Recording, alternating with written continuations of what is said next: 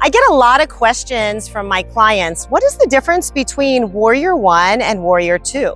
So let's just review these two poses and find out the differences.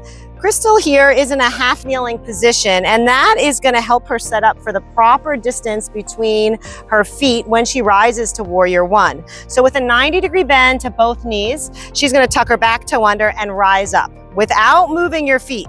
That's very difficult for many people. So if that doesn't work for you, you're just going to set up with your feet as wide as you can. Now with her back foot, she's going to pivot it and put it flush to the mat.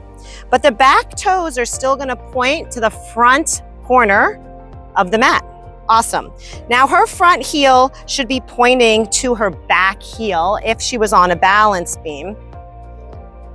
And her hips are square. So I'm gonna manually adjust Crystal's hips.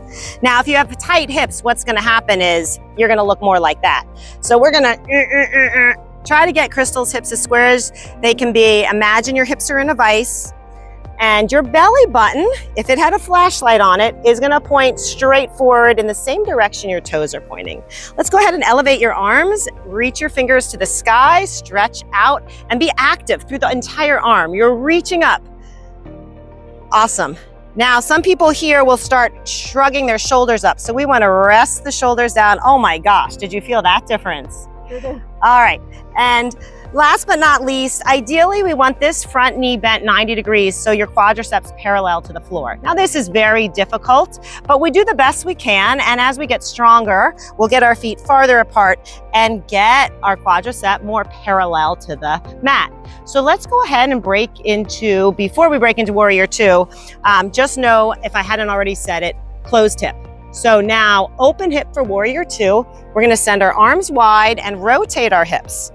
Now back foot turns automatically, so your back toes are pointing to the side of the mat, front toes to the front of the mat. You have a flashlight on the belly button, pointing away from your body. So let's bend our front knee, load your thigh, gaze is out through your hands, and once again, shoulders relax. The big differences between these two poses is the hip position. Open hip versus Warrior 1 was closed hip. So that being said, I think you did a magnificent job with your warriors, Crystal. Thank you. Louise.